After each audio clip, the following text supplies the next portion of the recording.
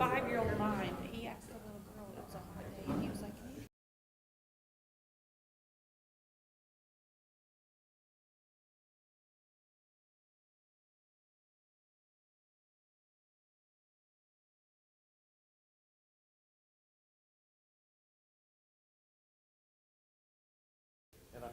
Check, check.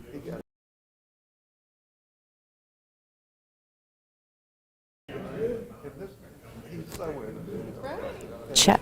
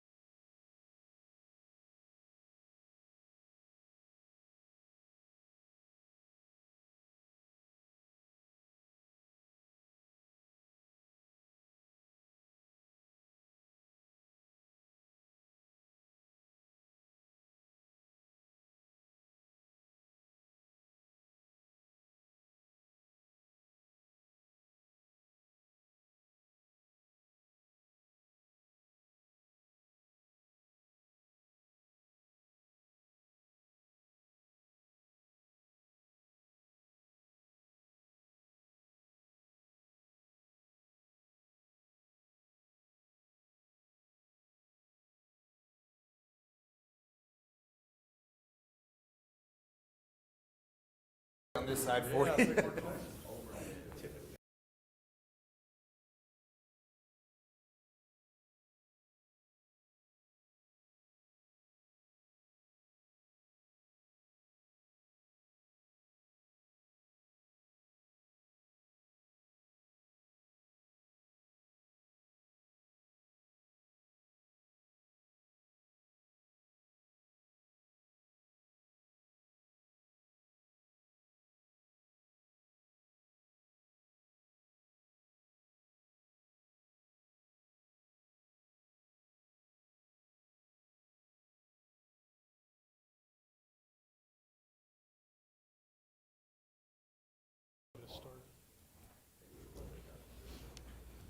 Good morning, everyone.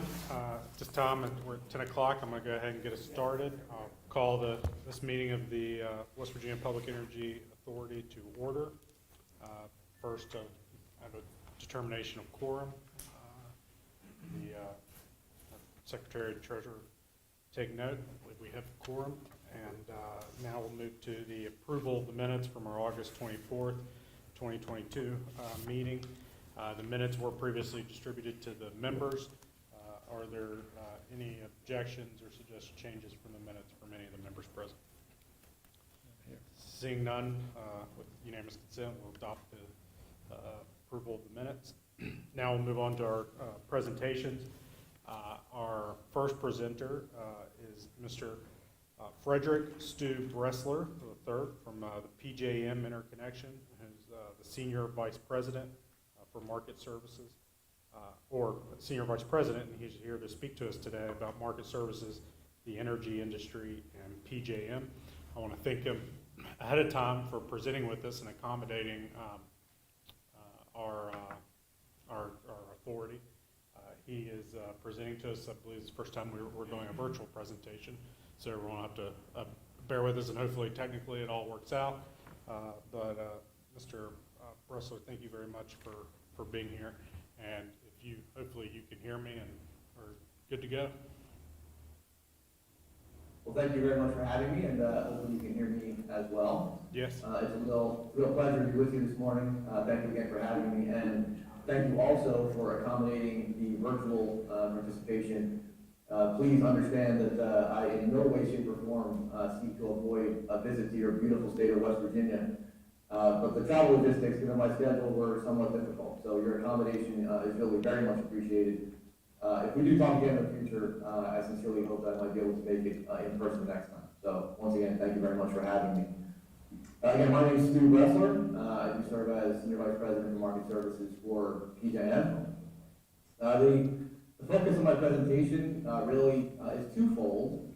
First, to provide an overview of PJM, who we are, what we do, and really how the energy markets work from the standpoint of how a utility in a state such as West Virginia really participates in those markets. So hopefully you can gain sort of a better understanding of what the opportunities are for such a utility, and kind of what the challenges and the benefits are of participation in a larger regional energy market like PJM.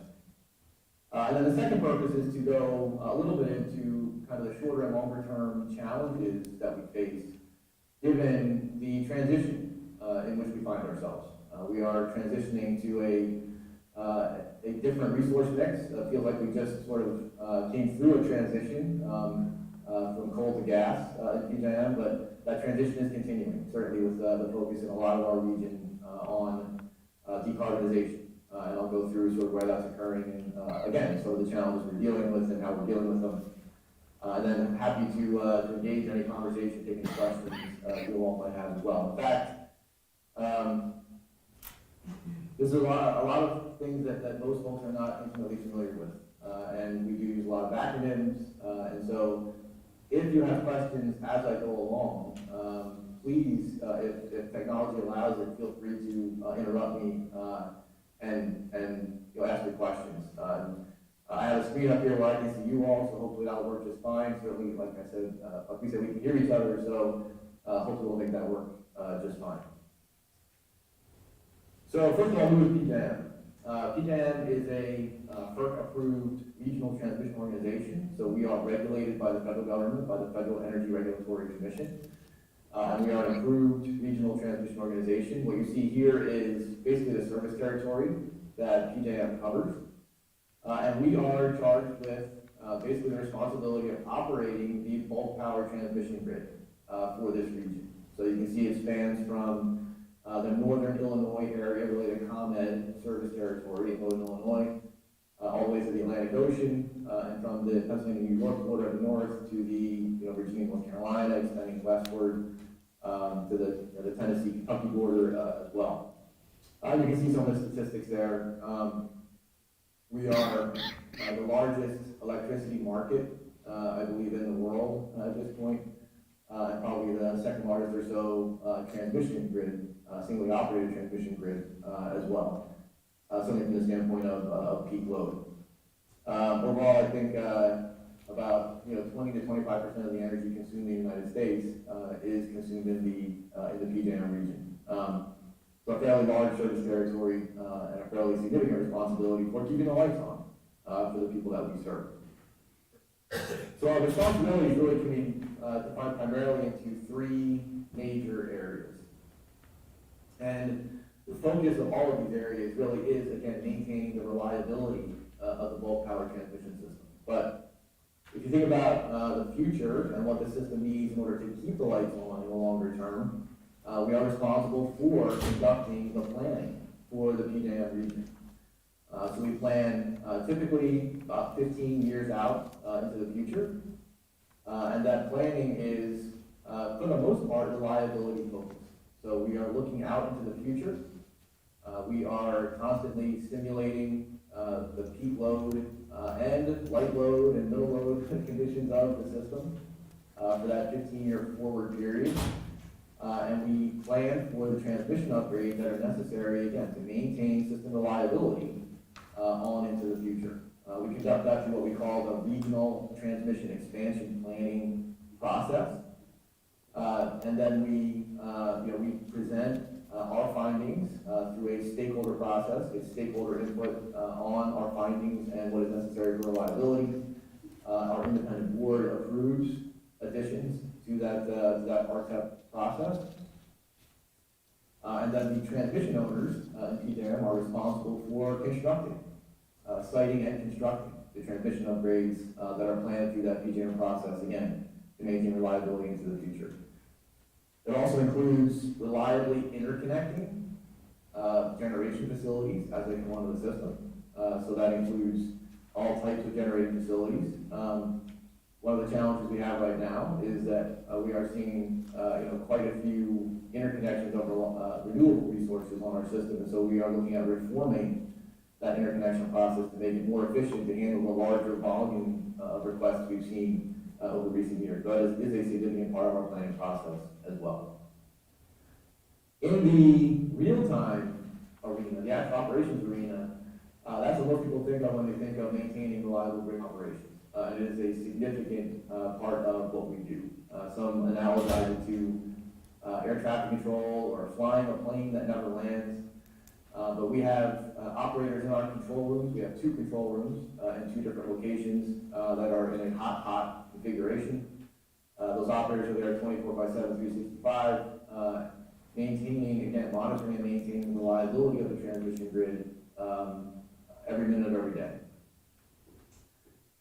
And so the third really component of what we do is then operating the wholesale electricity markets. And these are intended to be non-discriminatory, transparent, open, competitive electricity markets. And really the purpose of operating those markets is to reinforce grid reliability.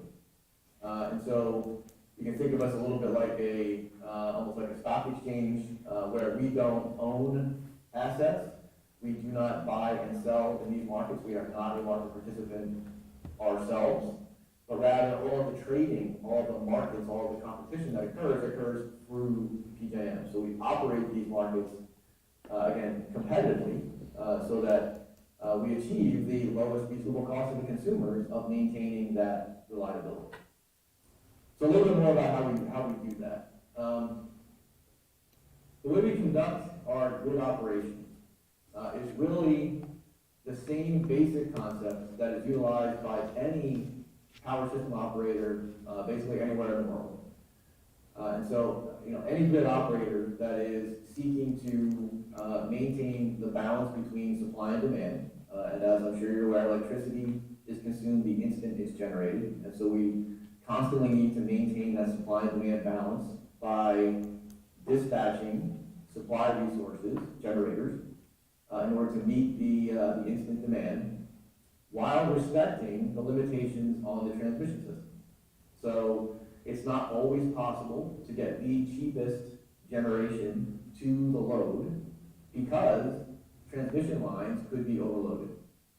And we constantly monitor the system so that we are reliable even if we lose any of the transmission components that are on the system. We call that our N-1 analysis.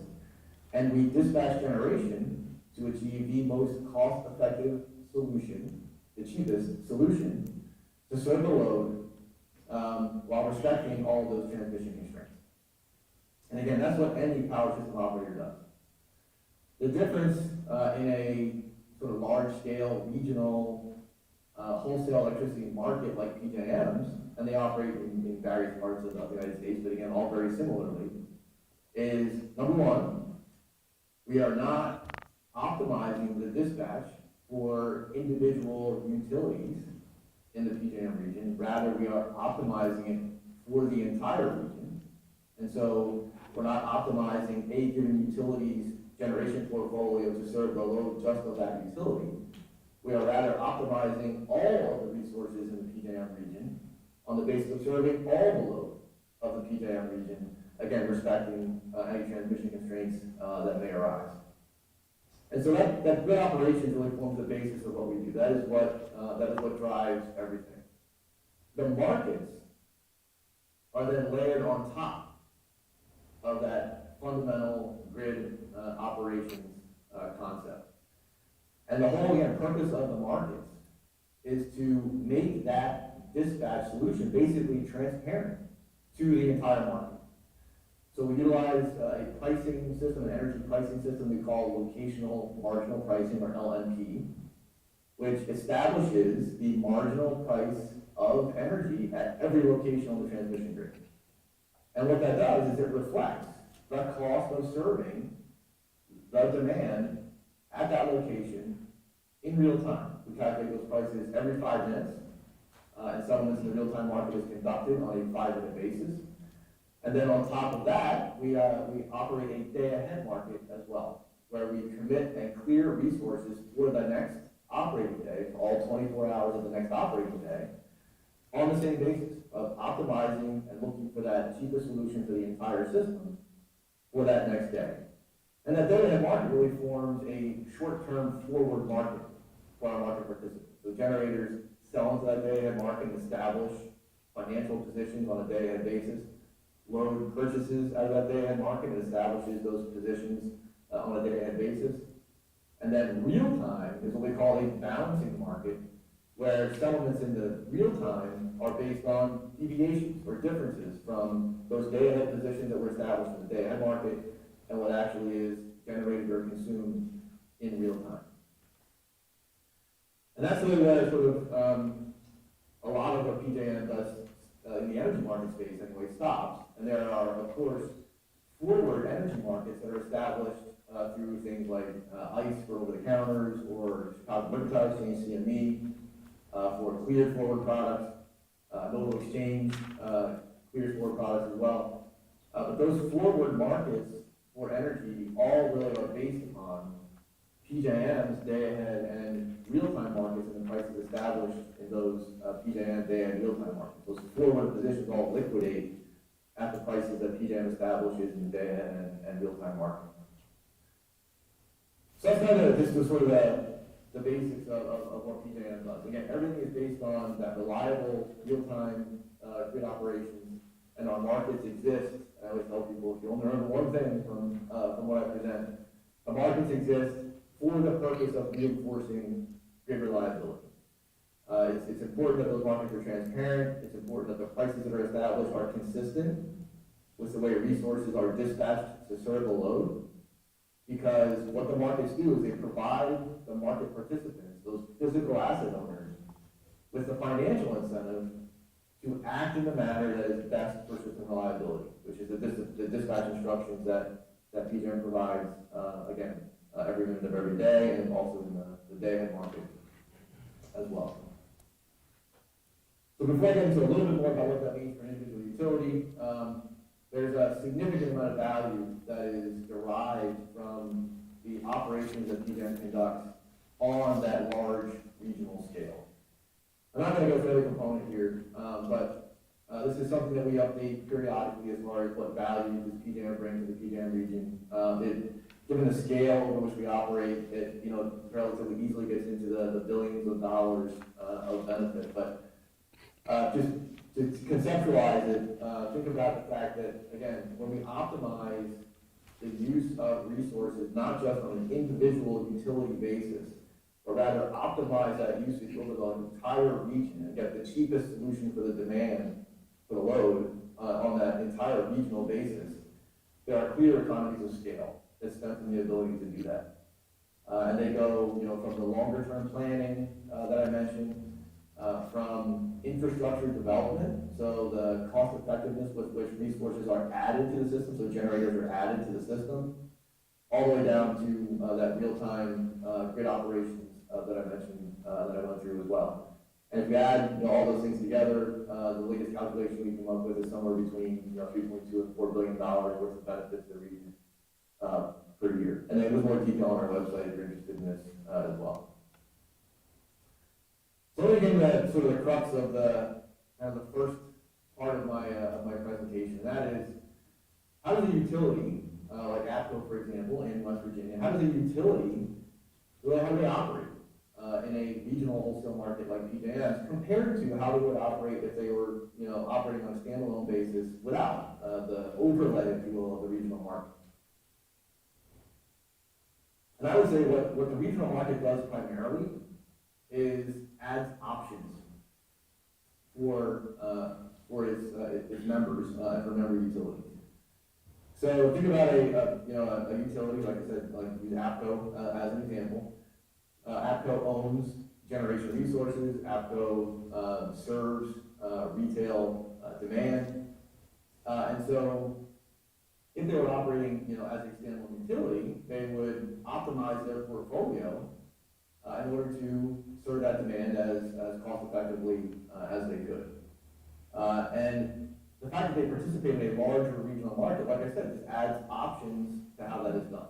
And so what's listed here really is kind of what that optionality looks like, or how they serve those load obligations, right? So one thing APCO can do is they can submit their resources, their generators, they can offer them into the wholesale market. And market sellers, such as APCO, submit their resources by virtue of economic offers into our day-ahead and real-time electricity markets. And then PJM, on the basis of those offers, can commit on a looking-forward basis, on a day-ahead basis, commit those resources and dispatch them as is, like I said, determined to be most cost-effective for the entire region, considering all the other resources we have in the region as well. So that's one way for APCO to, again, supply their responsibility.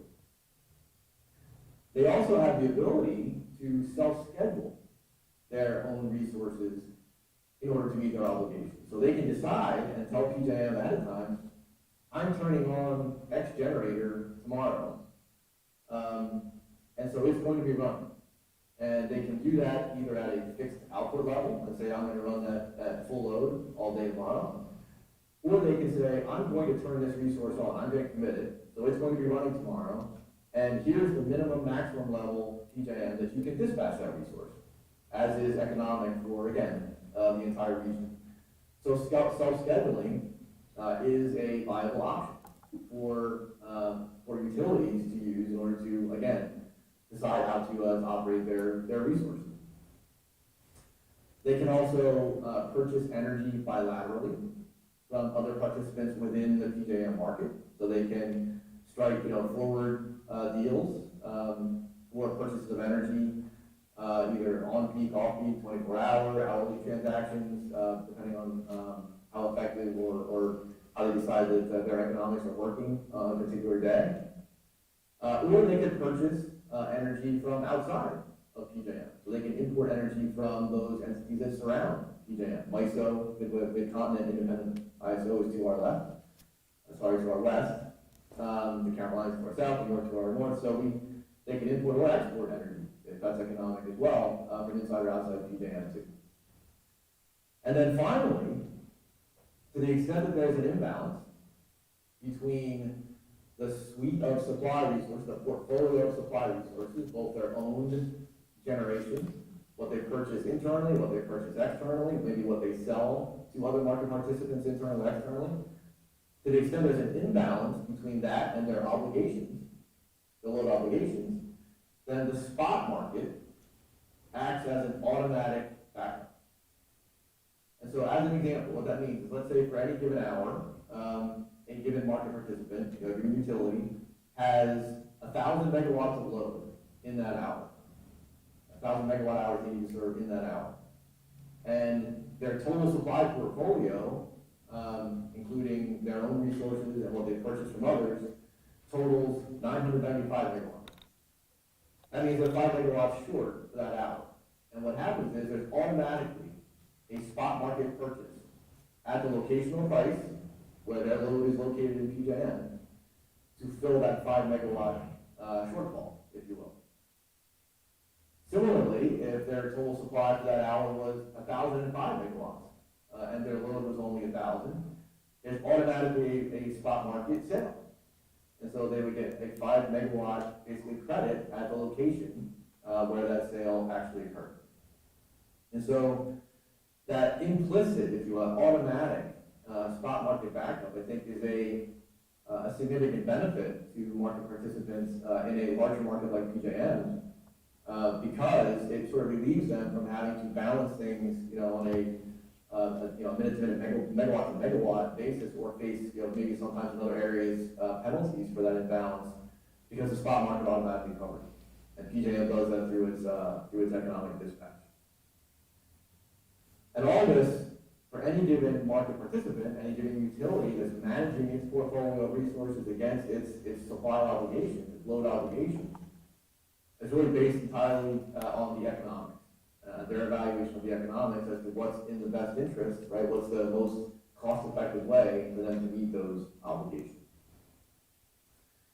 This is a pretty significant part of what I was going to try to explain this morning. So let me pause there. Are there questions on this sort of just high level of what participation looks like for utility in a larger wholesale market?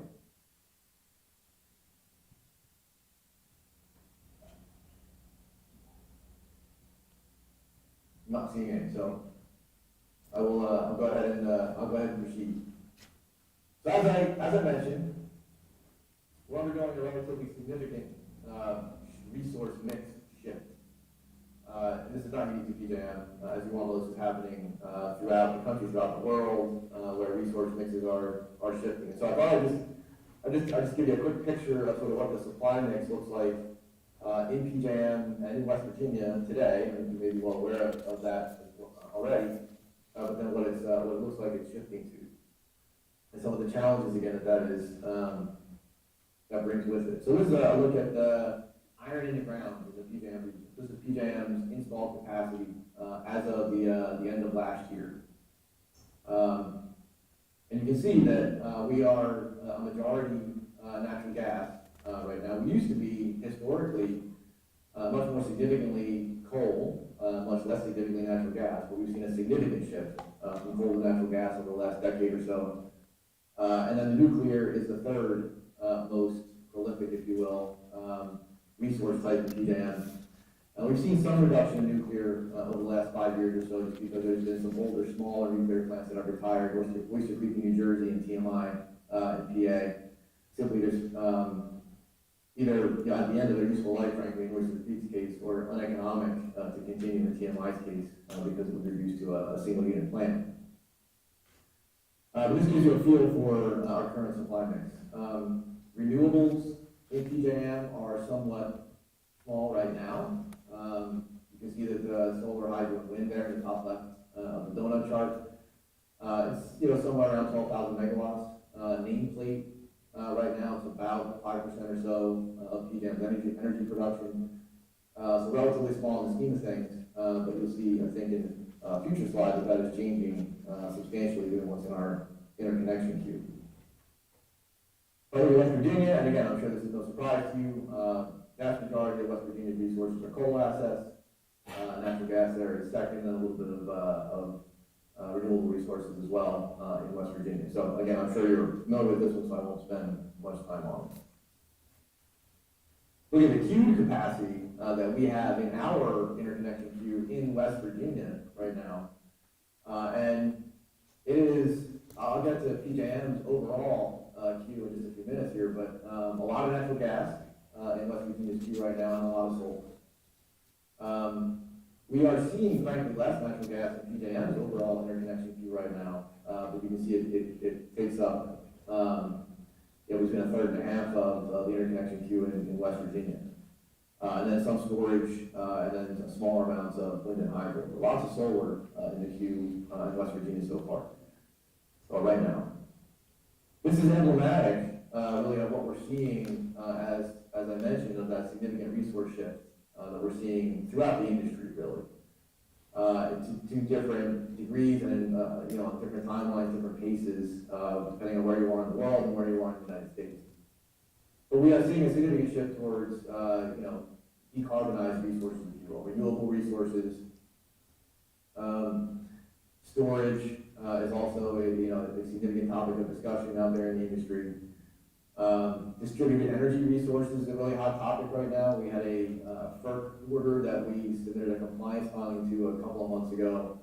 It was called FERC Order 2222, or as we affectionately call it, FERC Order 2x4, which really required us to enhance our market rules, our operations, to some degree our planning a little bit, to make sure we could accommodate a growing number of distributed energy resources. And this a lot of times looks like distributed renewables, distributed storage, demand response is also a significant portion of what we consider to be distributed energy resources.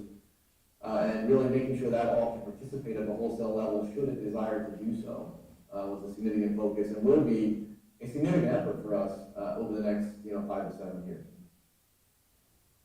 Seeing a lot of efforts around energy efficiency.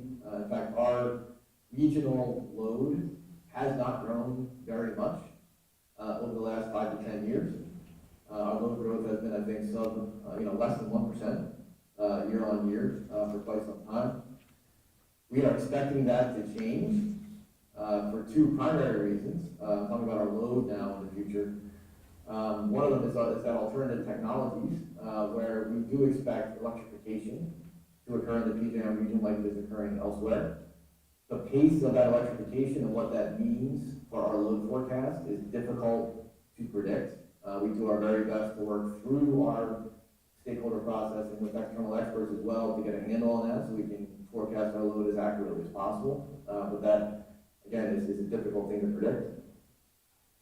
We're also most recently seeing a significant addition of data center load, and it's primarily in Virginia, mostly in the Dominion, also a little bit in the Allegheny Power service territories, but that is also a significant impact on our load in the relatively near future here as well. And then, like I said, the renewables and the fuel mix shift. Customer behavior and choice, I think, is another big one as well, because I think that's driving a lot of what we're seeing with respect to resource additions, distributed energy resources, optionality for customers, all those kinds of things. And that brings me really to what does the PJM queue look like? And the takeaway here is if you add up the solar, storage, wind, and hybrid being a combination of a generator and a battery, basically, mostly solar and battery, although there is a little bit of wind and battery as well, it's about 94% or so of our interconnection queue is renewable storage and hybrid resources. And so from a PJM standpoint, this is where things are going in the PJM region. And that presents challenges for us both short-term and long-term that I'll get to in a minute. Like I said, customer choice is driving a lot of this, but state policy decisions are also driving a lot of it. Again, I'm sure this is no news to this group, but there are a significant number of states in the PJM region that have relatively significant targets for clean energy resources, whether they be renewable targets, either goals or RPS standards, those types of things.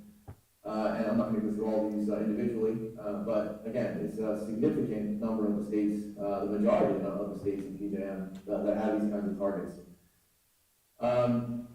That being said, we recognize we have a diversity of policy goals within the PJM region, and our job is to find ways to accommodate and facilitate any and all policy goals on the part of our states. But I think one of the things that our current state of affairs affords for states like West Virginia is the opportunity to look ahead and take some level of control, if you will, over your destiny with respect to where you head in the larger regional energy mix.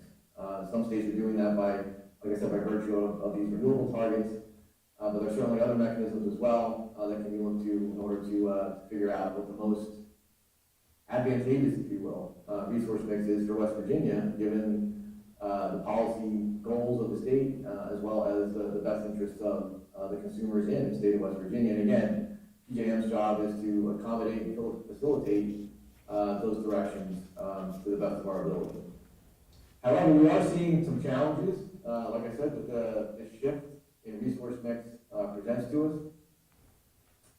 One of them I already mentioned, and I'm not going to get too far into today, and that is our interconnection of generation resources. Prior to this kind of explosion of renewable resources was made up mostly of large central station power resources, right? So historically it was coal, most recently it was natural gas, but we had relatively few, relatively large resources that requested interconnection. So think, large natural gas combined cycle resources, and those types of things that, were coming into interconnection to up to, maybe a couple of years ago. What we're seeing now is a significant number of requests from smaller resources, renewables, wind, solar, hybrid, storage, those types of resources. But we've gone from, maybe 100 interconnection requests in a given cycle to thousands of interconnection requests in a given cycle. And it's required us to really rethink the entire interconnection process. So that's something we have in front of FERC right now. We hope that FERC will act expeditiously on that so we can reform our key process and have it work better. But it also presents challenges for us operationally. And we are working very hard to get a handle on what the system is going to need in order to operate reliably if the resource mix shifts significantly from traditional types of resources, coal, nuclear, natural gas, to significant quantities, really majority quantities, potentially, of renewable resources on the system, because they simply don't provide the same services to the grid for reliability purposes that traditional resources do. We all know they're intermittent. They generate when their fuel is available, whether it's the sun or the wind. Obviously, storage provides a really good opportunity to help balance the grid, given the intermittency of renewable resources, and so taking advantage of storage and hybrid resources is really important. But we have ongoing analyses, what we're calling a living study, really to evaluate what the grid is going to need in the future. We did version 1.0 of this study some time ago. Version 2.0 we released earlier this year. We're already working on version 3.0 to release in the spring. And the idea, like I said, is to get as good a handle as we can on what the system is going to need so we can make sure that we define that appropriately so that the markets can allow resources to compete to provide those services so that they can be provide that good reliability at the lowest reasonable cost to the consumer. That's really, again, the end goal. And these studies, these analyses will help out with that by defining those services appropriately, which is step number one. So really, just to conclude, we went through a process of updating a strategy for PJM as an RTO back in late 2020. We started it. We completed it very early in 2021. And there's really three major pillars to that strategy.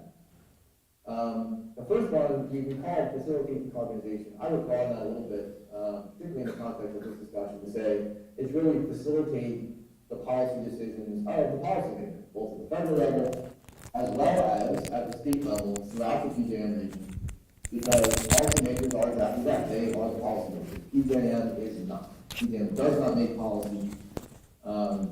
We recognize that we have a significant responsibility to help inform those policy decisions because we have access to a tremendous amount of data.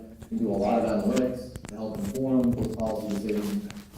But really, it's to facilitate those policy decisions. Again, the majority of the footprint is engaged in FEC decarbonize, and so that's kind of the primary one that was front of mind when we did this, but really it's policy decisions. We need to evolve to be good in the future. Again, the idea which underpins all of this is maintaining reliability as job number one, and doing that as cost effectively as we possibly can. And to do that, we're going to need to continue to innovate. We're going to need to innovate how PJM does things, how we plan, how we operate, how the markets function in order to maintain a competitive approach to providing what the grid needs. But then also facilitate innovation on the part of our entire stakeholder community. How transmission owners operate, how the grid, again, is operated in conjunction with PJM. So innovation is going to be a key, I think, to how things move forward, again, reliably as job one and as cost effectively as possible. So that was what I intended to cover with you all today. I hope that was a useful overview. I'm happy to engage in any and all discussions, take any questions you might have. And Mike, maybe we can bring the slides down, so we can just engage in whatever discussion. Back to you. Thank you very much, Stu. I believe we are going to have several questions from our board here. So at this time, I'll open it up. Chris Warner, I believe, had some questions. I think I'll be able to pass this microphone around. If you have trouble hearing us, just let me know. Mr. Bressler, thank you very much for your time this morning. Quite informative and educational. My question involves the timing and the queue. So let's say we had a solar supplier that made application 6 months ago. What's the anticipated time frame to make it through the queue? That's a great question, and the first thing I would probably say is longer than we would like. Given, like I said, the challenges that we are experiencing with the volumes that we're seeing in the queue. We are working very hard to reform that process. At this point, I would say it's at least a couple-year process to get through the queue, given the volumes that we are experiencing. And for new resources that have recently come in the queue, part of our reform efforts are to basically take a pause on things that come in for the next period of time, up to 2 years, as we clear the backlog of everything that's already in the queue. So it's taking a lot longer than we want right now. There's going to be some pain in the near future as there is some delay in clearing the backlog and making the process work more efficiently before we see things being able to come through the queue more quickly in the future. Thank you. Vice Chair has some questions.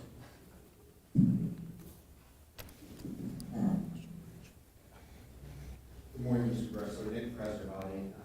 Thank you for the presentation. Good to speak with you again. A couple of questions. First and foremost, just in regards to terminology. There seems to be a lot of distinction between fossil fuels and renewables, and I think perhaps maybe listening to your presentation on reliability, better terms for maybe baseload and intermittency. Is that a better way for us to start addressing these issues? Yeah, you're right, Nick. There are a lot of times confusion in terminology. I think if I were to, baseload, by the way, not really a sort of defined term for us. If I were to characterize baseload, I would probably say the term is mostly being used as everything that's not intermittent or storage, right? So fossil fuels as well as nuclear. I would say that probably constitutes what most people think of as baseload, and then renewable storage, those intermittent types are kind of everything else, if that helps. I appreciate it. Can you speak to the current situation in PJM and whether or not there is generation surplus? I mean, that's not the best terminology. Is there currently a surplus, and do you see that changing anytime in the future? The answer to your question is yes. We have more resources in PJM than we would otherwise require based on our reliability analysis. So let me step you through that for a couple minutes, if that's okay. So what we establish on an annual basis through our reserve requirement analysis is we look at our peak load forecast for upcoming years, and then we look at things like load forecast uncertainty. We look at generation forced outage rates, so supply resource uncertainty, and we establish what we call an installed reserve margin. And that installed reserve margin in PJM right now is a little bit less than 15%, so like 14.6, 14.7%. So the way to think about that is we need a quantity of resources available to PJM in order to reliably serve demand that is equal to our peak load forecast plus 15%. And right now, we probably have a reserve margin that is closer to about 27%, 28%, something like that. right now. Now, we have retirements that have already been announced, so the quantity of resources on our system is declining, and we expect that to continue for the foreseeable future. So, the answer to the second part of your question is, do we see that surplus declining? The answer to that question is yes, absolutely yes. And what we are working very hard to do is ensure that our, you talk very much about our capacity market and our resource adequacy mechanism, which is our capacity market, but we are working very hard to ensure that that capacity mechanism is sufficient to ensure that we will maintain the quantity of resources we need to meet or exceed our required reserve margin so that we maintain reliability. Thank you. You also spoke about resource mix shifting. Is that part of the issue that you see in causing that decline in surplus, that perhaps megawatts are being retired at a faster rate than they're being replaced on the system, on the grid? Can you speak to that, or policy of the rate at which coal-fired plants are being retired and being replaced by megawatts from other sources? Yeah, we are engaged in a forward-looking analysis of that, Nick. I fully expect we'll make the results of that analysis public at some point in the near future. We're just, like I said, we're still working on it because there's a lot of assumptions that go into a forward-looking analysis. But that is the concern. What you're hitting on is exactly the concern. That there are policies that are being put in place, both at the federal and the state level. So, the federal government has environmental standards as well that are leading to retirement of some resources. And then states are putting in place policies which are leading to the retirement of resources as well. And for various reasons, I mean, right now, the supply chain concerns are probably one concern in the immediate future. But we are concerned about whether the addition of resources in the future, looking out to the 2030 timeframe, are going to keep up with the quantity of retirements that we can expect, particularly given the policy decisions that are being made. So it is a concern for us, Nick, and we are engaged, like I said, in a forward-looking analysis on that at this point that we intend to make public in the near future. Just a couple more questions, Mr. Mercer. From West Virginia's perspective, given the potential decline in generation you see going forward, is there anything West Virginia can do in regards to its generation facilities to either ensure reliability going forward, to offset that decrease in generation capacity that you see in Virginia?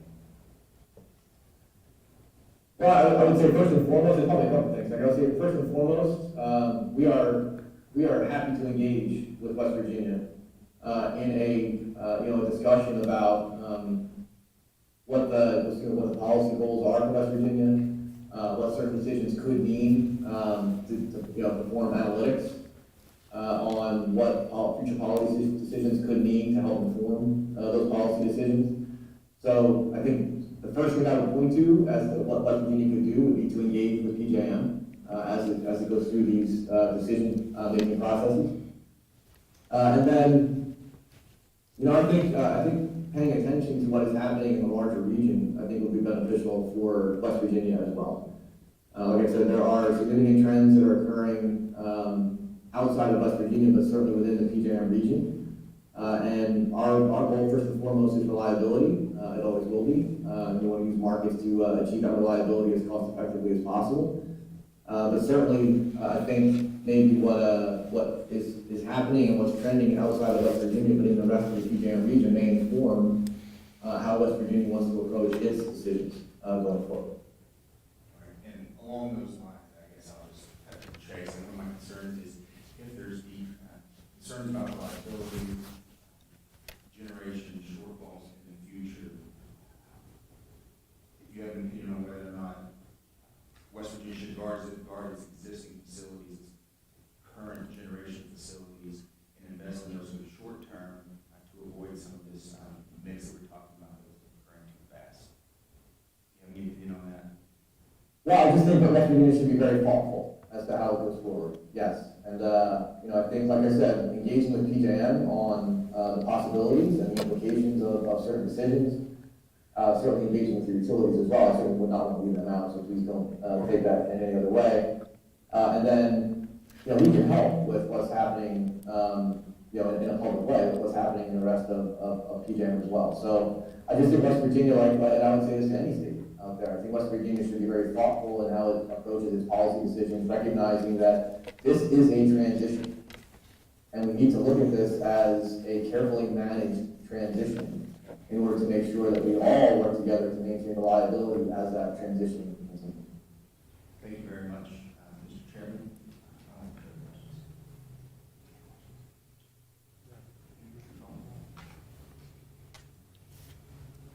I just have a few questions myself. First of all, is there an accurate way for the public or the state to track a project that's in your queue?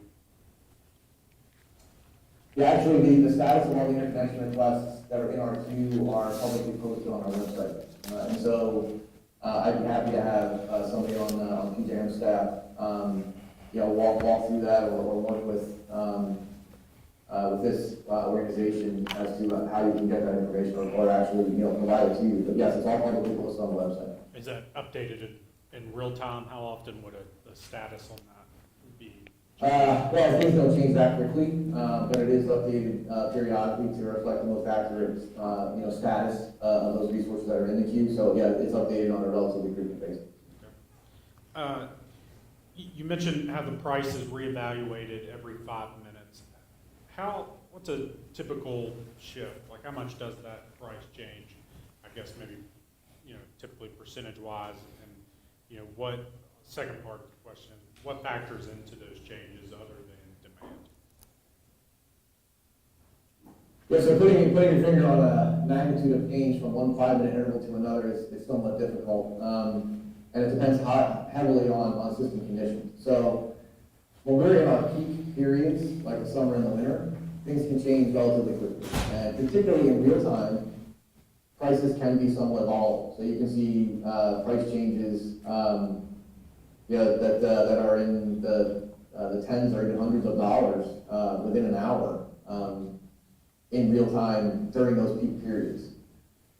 During the shoulder months, like we're in right now, so in the fall and spring, things don't typically change quite as fast. And in the day-ahead market, prices are much more stable because it is a forward look. It's has sort of perfect foresight as to what's happening the next day, and prices are calculated on an hourly basis. So in the day-ahead, prices are much more stable. In real time, they can be very volatile. But that is, I think, the incentive, one of the incentives that exists in order for market participants to hedge themselves by participating in that day-ahead forward market. Because, like I said, relying on the real-time spot market can get you in trouble given the volatility. The other factors that look besides demand are interchange, so the amount of energy that's coming into or leaving PJM to our neighbors. Resource availability, so if resources are, if we lose a generator, for example, one trip offline, you will certainly see the prices react to that depending on the size of the resource. How well resources are following dispatch instructions, so we can see some significant changes in demand and interchange in a relatively short period of time, again, particularly on those more stressed system days. And the pace of that change can also result in price excursions, price differences, because you have to go to more expensive resources in order to keep up with how much the load with the interchange is changing. So all of that factors into what the price is on any given 5-minute. Okay, last question is, how does the PJM's role differ in a regulated market versus a non-regulated market? My knee-jerk answer to that is not very much. We certainly provide services to retail choice states that vertically integrated states may not need, like how the load is settled depending on who is serving it, when third-party suppliers can serve demand inside a given state. But from the standpoint of how PJM conducts its planning, its day-ahead market, a real-time energy market. There's very little, if any, difference between a regulated state and a deregulated state as far as how all that is conducted. Well, Mr. Bresser, I think that concludes all of our questions. Again, I want to thank you very much for presenting to us today. It was extremely informative, and we will, likely take you up on the, what I believe was a suggestion, but I'll take as an offer to continue to work with you to, make sure we're in a good position moving forward for our state's energy needs. So, thank you. Yeah, thank you all very much for having me again, and it absolutely is an offer. So we look forward to continuing to engage with you all as we move ahead. Thank you very much. Well, at this time, we will move on to our second presentation. There was a bill passed during the special session recently that had a significant change to our regulatory framework for energy, I guess the provision and procurement from large industrial sites. It will only affect a couple sites, but is I think significant enough that I wanted to make sure the members of the authority were aware of it. So Richie Heath is here. Richie is a partner at Bowles Rice, and he had a significant role in this legislation. It was Senate Bill 4001. Short title is Establishing Certified Industrial Business Expansion Development Program. So at this time, Richie, thank you for being here, and look forward to hearing your explanation of this new legal framework. Yeah, thank you. Glad to be here. Thank you for having me. Can everybody hear me okay? As James mentioned, my name is Richie Heath. I'm an attorney at Bowles Rice here in Charleston. I'm the head of our firm's government relations group.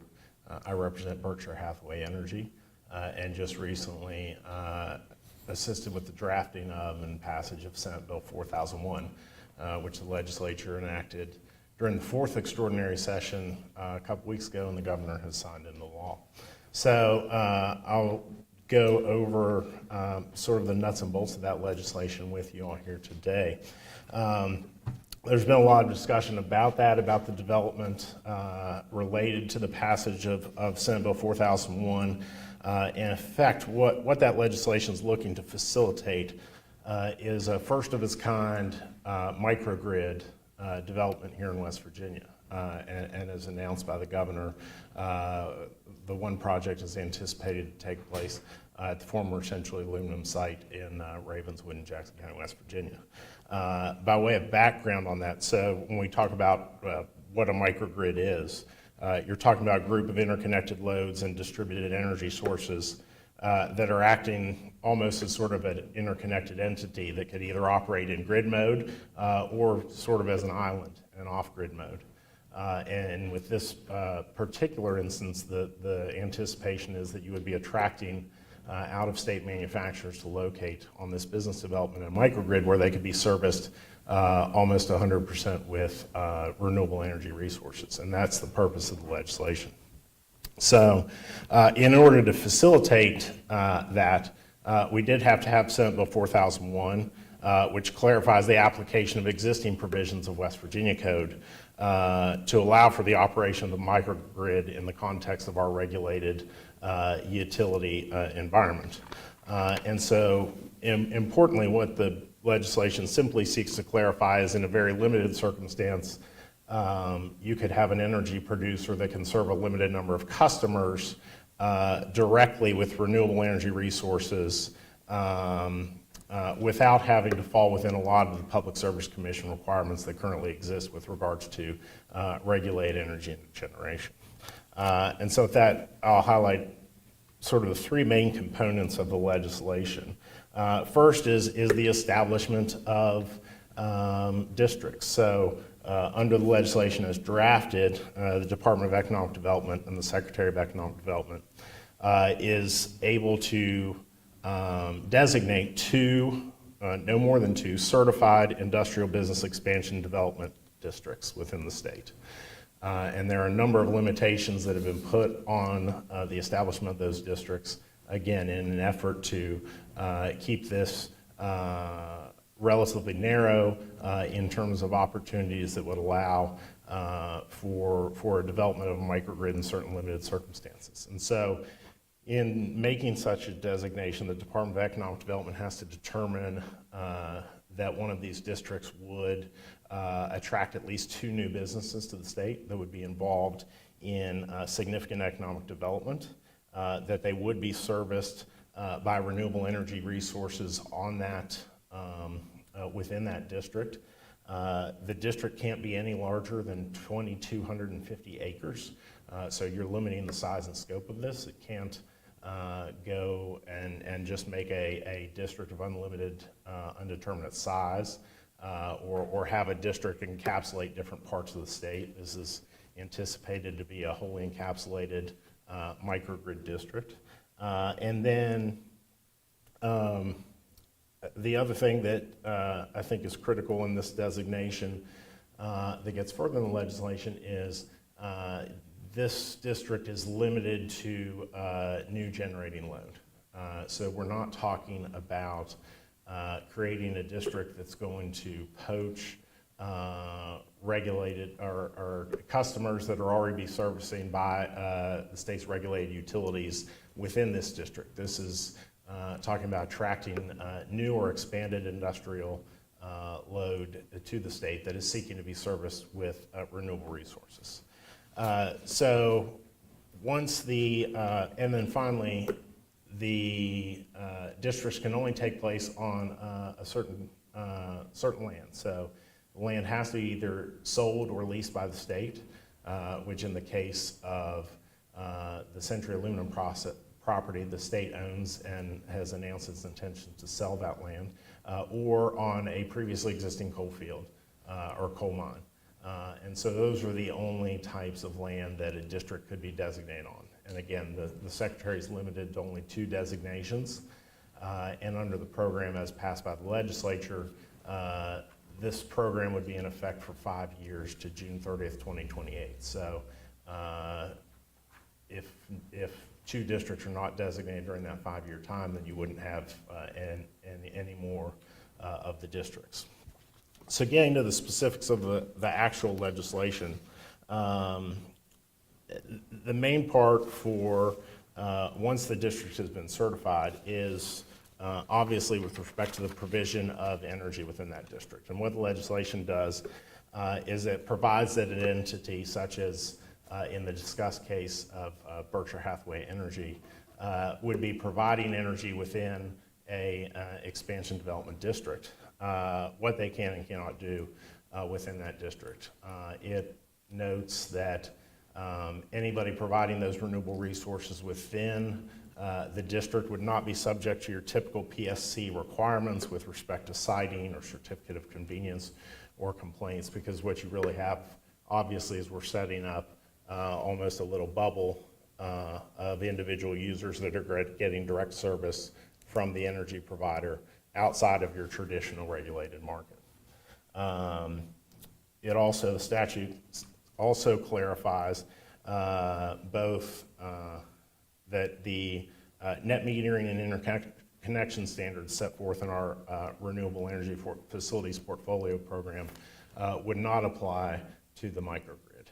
And that's necessary in order to allow it to function, because right now, under our net metering standards, I think the cap is 5 megawatts of production for industrial, 2 megawatts for commercial, and then the regulated utilities also have a limit of their overall generation that they can have from net metering. So we have carved that out so that the microgrid both would be allowed to function under the current framework and also not have a negative impact on the utilities' net metering limitations as well. Another thing,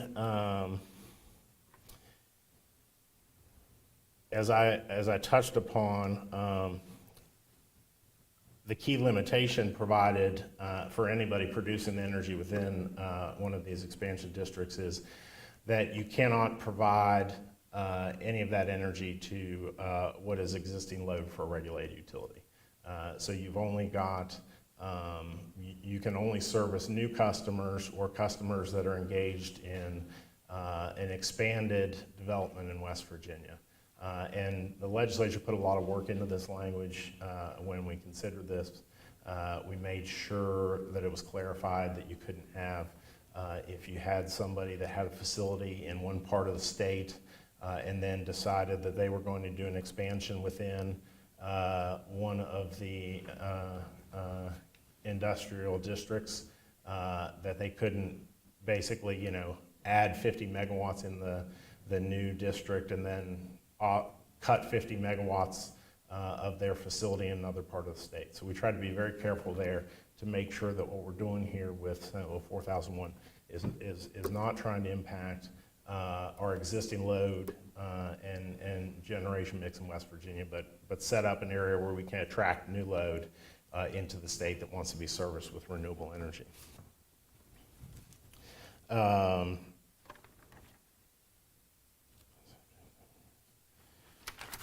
Then I'll also note the other thing that the legislation allows for one of the energy producers, and this is again with relating to the Public Service Commission jurisdiction, is that it clarifies they can operate as a federal exempt wholesale generator and not be subject to the traditional public service siting certificate programs and things that they require on that front, so that you can provide the renewable energy resources on the microgrid in the manner envisioned. And so then finally, I'll just highlight the last part, I think, of the legislation that clarifies, and this gets to the new load, existing load, is really gets into what the parameters are for businesses that are locating on the grid, and what constitutes that new load versus existing load. And so there's a lot of mainly language in there that's clarifying just for purposes of operating within the microgrid when you can take electric service from the renewable energy provider without running afoul of shifting load from other parts of the state to within the district. And then finally, one thing that's in there that's similar to other code, obviously understanding that there could be instances in which you would have facilities within the microgrid that would either need backup generation or that might be wholly serviced from the regulated utility. I'll note that the legislation does not require anybody that locates within the business expansion district to utilize the renewable resources provided in the district. So you would anticipate there, especially with the limited scope of size of the facility, that you could have a mix of industrial facilities in there that are using the renewable resources and some that are using the regulated utility. So the statute, as written, clarifies that is allowed, and also notes that where customers are doing that, they can go through a process with the regulated utility similar to what we have in West Virginia Code 24-2-1J, which is the special rates for energy-intensive industrial customers. And we've put a similar section in this code to allow for the utilities to negotiate with the actual customers and apply to the PSC for special rates as needed.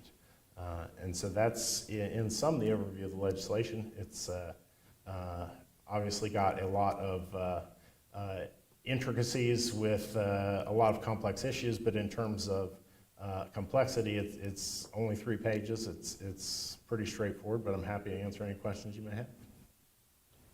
Thank you, Richie. Do we have any questions from members of the authority?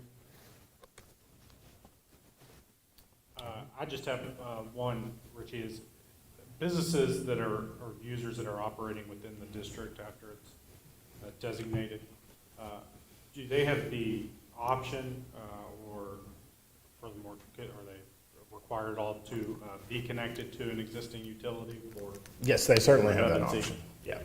Yep.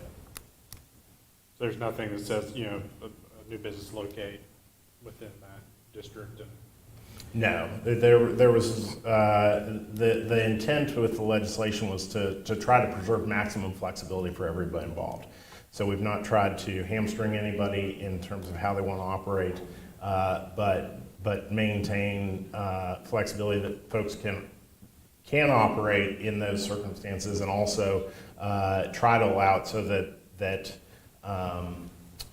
we tried to make it so that you wouldn't necessarily preclude the ability to operate in a manner that might be unforeseeable to everybody at this time and into the future.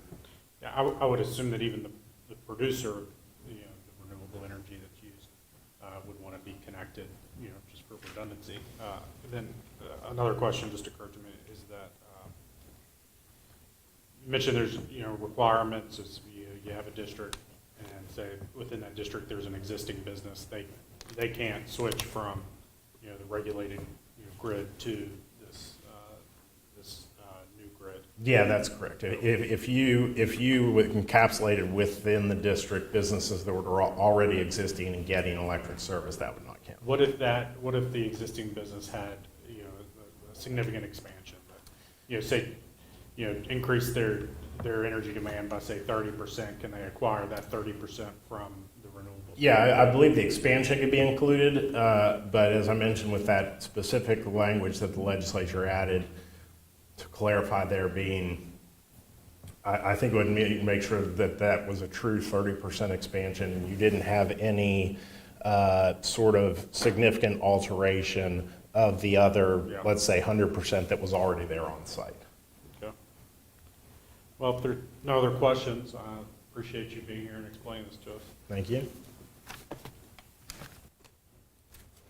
At this time, we'll move to the next item on our agenda, which is a new item. It's the Vice Chairman's report from our Vice Chair, Nick Preservati. Mr. Chair, I'm going to step up since you're just speaking here.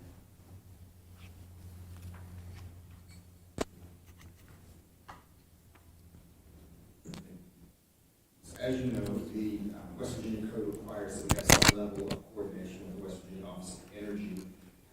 The PEA and the Office of Energy have met to discuss that coordination. 2 points of coordination is one, the Office of Energy has been invited to our meetings here at the authority. They have attended in the past and will continue to attend, so I think that's very good for the continuing coordination between agencies. And the Office of Energy is also a member of NASIO, the National Association of State Energy Organizations, and we've inquired of them of their involvement in that, which I believe is pretty significant, and are working with them to determine how we can use their membership in NASIO as a resource for the authority. So hopefully we'll be able to report on that coordination with the Office of Energy is moving forward in a very good manner. Second issue is the energy infrastructure inventory that we mentioned last meeting. Mr. Graham Platts is working on putting that together for us. Since the last meeting, he's compiled a preliminary list of all resources or assets.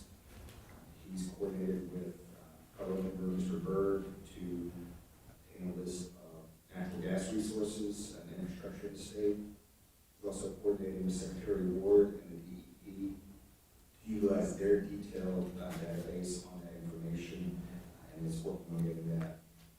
He's also continuing to work on identifying the wind, solar, and other renewable resources, and hopefully we'll have some information either next meeting or the following meeting. We can get some information to the authority.